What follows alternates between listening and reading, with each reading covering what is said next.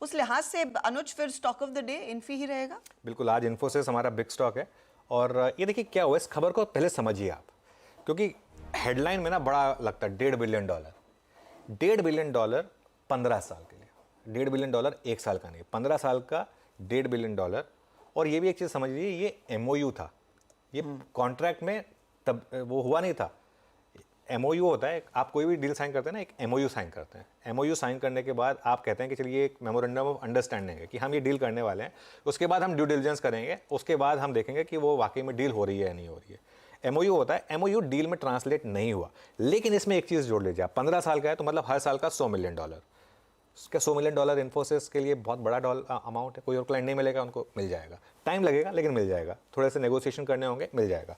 दूसरी चीज़, जो उन्होंने Q2 का अपडेट दिया था, उसमें जो उन्होंने अपना TCV जो टोटल कॉन्ट्रैक्ट वैल्यू बताया था $7.7 बिलियन का, उसमें ये शामिल नहीं था।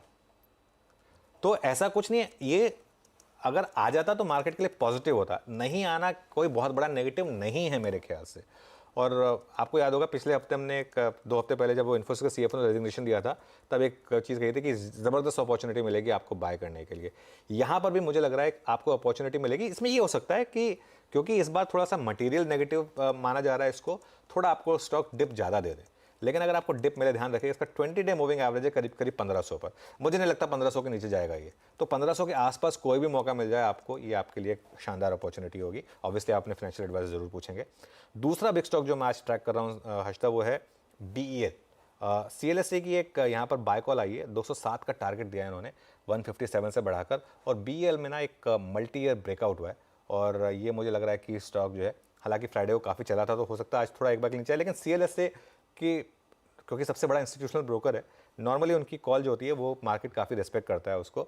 और ये जो कह रहे हैं कि FY24 का जो ईयर टू डेट ऑर्डर है वो ऑलरेडी 25,900 करोड़ है, जबकि उनकी गाइडेंस 20,000 करोड़ की थी।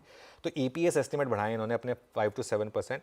और कभी भी कंपनी की EPS एस्टिमेट्स बढ़ते हैं ना, तो उसकी फिर वैल्यूएशन भी बढ़ती है, री रेटिंग भी, PE री रेटिंग भी होती है, दोनों चीज़ें होती हैं। इसके लिए महंगा स्टॉक है विदाउट अ डाउट, लेकिन मामला चल ही रहे हैं, डिफेंस, मैन्युफैक्चरिंग, इन सब स्टॉक्स पे ही मेनली तड़का है, तो इसीलिए ये सब स्टॉक्स चल रहे हैं। हाँ, तो BEL रेडार पर, CLSA के ऑफ कोर्स उस अपग्रेड या फिर टारगेट जो 207 का दिया है, और ऑफ कोर्स इन्फोसिस जहां पर एक MOU टर्मिनेट किया गया है। दोनों स्टॉक्स रेडार पर रहेंगे, इनको आगे रिविजिट करेंगे जब 8000 की शुरुआत भी होगी। चलिए, हमारा पैनल